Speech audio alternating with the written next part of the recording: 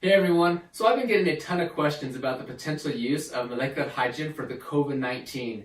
Now, there does appear to be some good rationale for why it would be used, and in fact in China there are already several clinical studies where they're using molecular hydrogen to treat the COVID-19 patients.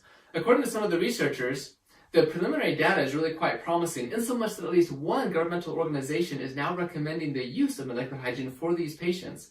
Now, I want to go through the pathophysiology so I can describe the rationale for why hydrogen gas would be used in these clinical studies and in this scenario. But first, I want to show you a video where Dr. Nanshan Zhong, who was the one who discovered the SARS coronavirus in 2003, actually recommends and discusses the use of molecular hydrogen. And then I actually have some videos where patients who have the COVID-19 are actually describing their experience using the molecular hydrogen therapy. So we'll go to those videos and then I'll come back and talk about the rationale for H2. So we'll see you soon.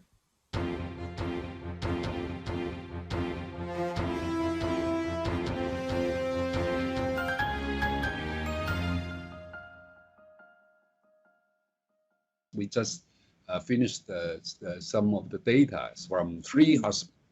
We use hydrogen and oxygen mix. Yes. It seems to be working very well. I am happy about that. So I just got the data right now. So from Wuhan and from Guangzhou, and 3 hospitals, altogether 60 something. And after inhaling this hydrogen and oxygen mix gas, they improve. The dyspnea improved the 2nd day, and the 3rd day, and the 4th day. So all of them showing really improved. I suppose because of at least resist to reduce the airway resist the gas resist airway resistance. So much easier to go into the alveoli to improve the oxygenation. I think that's a good way. 你刚才吸了有什么感觉？就是吸了之后来了之后这么多天，这个胸前呢没有改善，就真的用了这之后啊，这个胸前都改善了，是吗？不痛了，不痛了，不痛了，一点都不痛了。那太好了，谢谢你啊，万秋啊，教授啊，这里今天这第一回好爽啊，这个味。阿姨，你用了那个氢氧机，感觉怎么样啊？感觉很舒服，很舒服，是不是？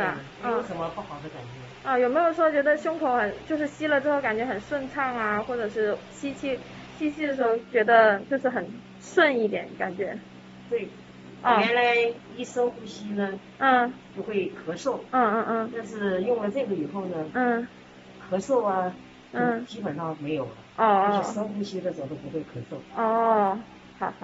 你用这个机感觉怎么样？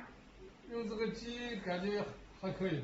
有没有说觉得好像吸气会更舒服啊，更顺畅，就是更顺畅一点，是不是？对。特别是第一次用的时候。什么感觉？感觉就是像气道打开了一样。这种感觉。对，以前不敢做这个深呼吸。用了它以后可以深呼吸。好的。你感觉吸了这个机之后感觉怎么样啊？吸了半天就感觉胸口就不痛了。不痛了。就没有那么痛，然后现在都不痛了。现在不痛了。那就以前生活的比较痛。之前是胸闷，跟前面这里跟后背都有点痛，然后吸了这个吸气以后就半天以后就感觉就舒服很多，就没有痛。好，谢谢啊。So I hope you enjoyed those videos. It really is quite fascinating. I'm excited to see what the clinical studies show. Like I said, some of them should be published here quite soon. So let's go into this COVID-19 and figure out exactly what's going on. So the COVID-19 is the disease that is caused by the SARS coronavirus. Now SARS stands for Serious Acute Respiratory Syndrome. So it really is something to do with the lungs. So here we have the SARS coronavirus. It's going to go into the lungs and it's going to attack the alveoli. So here we've zoomed in on an alveolus here. So the virus will come in, has a spike protein. It's going to use that to anchor itself onto the ACE2 or the angiotensin converting enzyme type 2, and it's going to release its positive single-stranded RNA into there. That's going to basically take over the cell's ability and causes viral replication and make more viral particles and everything. And then this type 2 pneumocyte is then going to release these mediators to recruit these macrophages. Then the macrophage, the white blood cells, going to release these various cytokines, okay, interleukin 6, interleukin 1, TNF alpha, tumor necrosis factor alpha. That's going to go into the plasma and then it's going to release neutrophils. Now it's going to increase some of the vasodilation permeability so that neutrophils are going to now go into there. It's going to start creating a reactive oxygen species, and the reactive oxygen species are very damaging oxidative molecules that are going to, kill the viruses. Well, the virus is already dead, but, kill everything, inhibit viral replication, and do exactly what we want them to do. So that's a very important part of all of this. But as this continues going, you're going to get more and more of this reactive oxygen species, more of the inflammation, you get more vasodilation, more capillary permeability. But because you actually are destroying your type 2 pneumocyte, well, type 2 pneumocyte is what's important to make surfactant. If you don't have surfactant, your lungs aren't going to work correctly. So you don't have the reduced surface tension, so you have a decreased concentration. Plus, with the permeability, all the plasma is releasing out into the alveolus, and so now you have a collapsed alveolus. So, of course, you have a collapsed alveolus, you're going to have very difficult for gas exchange. You're going to have to work really hard to breathe. So you're going to have a very difficult time breathing with that problem. When this, because of all the reactive oxygen species, you're damaging the actual cell. So the whole entire alveolus will end up dying. And now you're going to try to be coughing that up, so you have a productive cough. So people are going to present with a cough and everything. Plus, with the interleukin 6, interleukin 1, these are going to go to the hypothalamus. That's going to control the body temperature. It's going to say, hey, let's increase the body temperature. That's going to cause a fever, so now people are going to have a fever. So all this is going to continue getting more and more inflammation. You get this systemic inflammation, so more vasodilation, and that's going to cause lower blood pressure, or hypotension. So you're just going to feel weak and fatigue and everything, right? So you have this hypotension. Well, that's also going to cause low blood perfusion. Well, low blood perfusion, meaning you're not going to get the oxygen-rich blood to your cells. So that's going to cause low oxygen levels or hypoxia, right? So now you're going to be short of breath. Plus, with this issue, you're short of breath, but also here, and that's going to activate the chemoreceptors. It's going to cause you to activate sympathetic nerve activation, so you're going to have a higher heart rate, for example. So you have fever, difficulty breathing, higher heart rate, a cough, all of these things, but you're not getting the nutrients there either. You're not being able to do metabolic waste removal. So that's going to cause cell death, right? Apoptosis, necrosis, autophagic cell death, the different pathways of cell death, and that essentially killing those cells are going to cause multi-system organ failure. Now that's, of course, really bad. Like for the lungs, like this is what we're talking about right here. Also in the kidneys, you're not getting the right blood circulation and everything, so your kidneys start having problems. You have higher blood urea nitrogen levels. Your liver is also being damaged. You have ALT, AST, all these different tissue damage that's occurring on. And as this continues, you can get ours, the acute respiratory distress syndrome. Now, most people who die of, say, COVID-19 or other SARS-like viruses, they die because of the acute respiratory distress syndrome. Again, it's a disease of the lungs, and that, of course, all this leads to death. So we need to stop this, right? That's the whole goal, is what can we do to stop this? And of course, the idea is, okay, how do we inhibit viral replication? How do we inhibit all this stuff? How do we get our immune system going? Well, notice that a lot of the damage is occurring here from the reactive oxygen species and this inflammation that leads to systemic inflammation. Well, let's zoom in on this a little bit and understand it, because this is really what's going to help you understand the rationale behind hydrogen gas, rationale for hydrogen gas. Why are they using it in clinical studies? Why is it having the effect that it does? It helps to explain all of this. Okay, so first, reactive oxygen species. Again, these are very oxidizing molecules. Well, actually, superoxide is reductive, but the point is they cause a lot of oxidative damage, okay? You cut your apple in half and it turns brown, that's oxidation, that's damage, it's rusting. And that same thing happens to your cells. It causes lipid peroxidation, DNA damage, all of these things. So we don't want to have an excessive amount of that. But these are also important.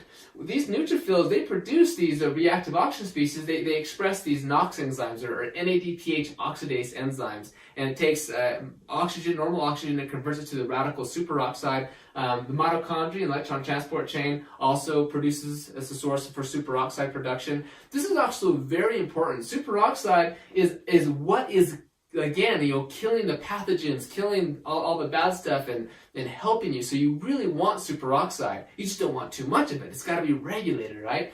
Also nitric oxide. Well, nitric oxide is very critical. It's a vasodilator. Of course, that's really good, but you don't want too much of that because that's going to cause misdistribution of blood flow and whole sorts of problems. So we need to have that regulated as well. But nitric oxide it can inhibit viral replication. It's extremely important for the immune system. But again, you don't want too much of it. You want to keep that regulated. Well, when you have this cycle going on, these are just getting higher and higher and higher and higher. And now you're just causing all sorts of necrosis and cell damage. You're inducing apoptosis, right? That's the cell death we talked about. Well, also when these get high, they react instantaneously to form none other but peroxynitrite. Peroxynitrite is literally like the most oxidizing, damaging molecule that there is. It is pernicious, it is terrible, it is a bad molecule. And not only, that's a bad one, but then there's also the hydroxyl radical. The hydroxyl radical is actually the most cytotoxic reactive oxygen species. It's just bad. Both of these guys are just bad. That's why they're in the red color, because red means bad in this case. When these get high levels, they form peroxynitrite. Peroxynitrite can form the hydroxyl radical. Superoxide can also form the hydroxyl radical through a process called the Fenton reaction. Like there's iron and different things. It can cause this to catalyze. So I just want to point out that these guys right here, they do us no good. We do not want them. They cause cell death and everything. These guys, on the other hand, they're important for our immune system, for our function, everything. So we actually like them. We need them to be regulated, okay? Well, these enzymes are very critical to regulate these, and they get hyperactivated by the immune inflammatory response we'll talk about over here. So, but typically, let's talk about superoxide, for example. The body regulates this because superoxide normally is just, once it's done its magic, once it's done what it needs to do, it's quickly converted by superoxide dismutase, the body's antioxidant enzyme. It's converted by hydrogen peroxide. That's converted to water and oxygen by, say, catalase or glutathione peroxidase. It's no problem. The body can take care of this. These are our body's natural antioxidants, and they are regulated by what's called this NRF2 keep 1 system. Okay, so here we have like a cell, and here's the nucleus.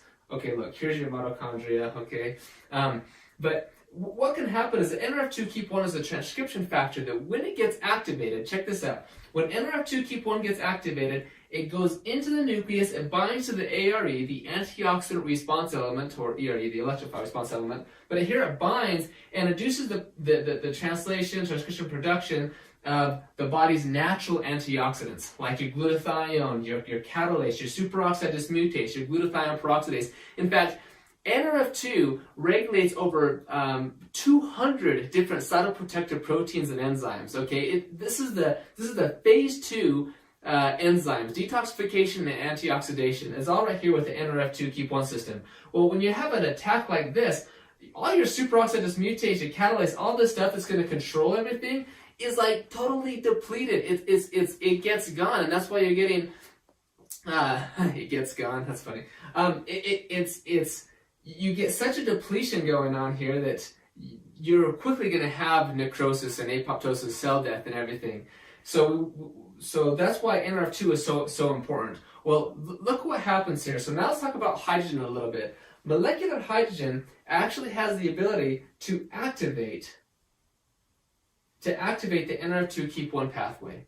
And when it can activate the NRF2 keep 1 pathway, it's going to help to replenish and maintain that redox homeostasis of your glutathione, your superoxide dismutase, your catalase, like I said, over 200 cytoprotector proteins and enzymes. And as it does that, it's going to help to maintain this whole thing, okay? So that's one critical aspect. Another critical aspect is hydrogen can also regulate this area over here. It can actually regulate the NADPH oxidase system. It can actually down-regulate this, so you actually get less superoxide production. If it's too much, for example, it can help bring that down, as well as regulate the nitric oxide synthase enzymes, has regulation in the mitochondria. So actually, some really neat benefits in the mitochondria that we're finding with the hydrogen gas. So here, hydrogen is able to take care of the ROS. Oh, and these guys right here. So hydrogen actually can selectively reduce these guys, the hydroxyl radical and the peroxynitrite. Okay. Now consider, see, other antioxidants, say vitamin C or vitamin E or whichever ones we're talking about, there are some potential problems because in some ways, just based upon reaction kinetics or stoichiometry or different things, not stoichiometry, but those things can react indiscriminately with things like superoxide or nitric oxide. Okay, hydrogen gas can actually not react with nitric oxide or superoxide. The only things it can react with are these very dangerous and very damaging oxidants, hydroxyl radical and peroxynitrite. It can't react here, but it can selectively reduce these guys. It can increase NRF2 activation to increase your body's natural antioxidants, and it can regulate the enzymes, the very enzymes that are producing these. So it's a very good regulatory system of what hydrogen gas can do, okay? And consider it is a smallest molecule, smaller than oxygen, so it's able to diffuse into the cell, into the nucleus, into wherever, very easily, where it can have these regulations, okay?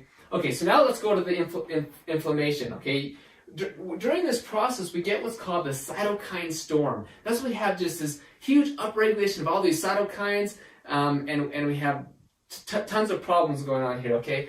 So, for example, interleukin 6, interleukin 4, tumor necrosis factor alpha. Well, these are regulated by other transcription factors like NF-kappa B, NFAT, STAT1, or STAT3. These transcription factors regulate and increase the production of all of these. Well, guess what activates these?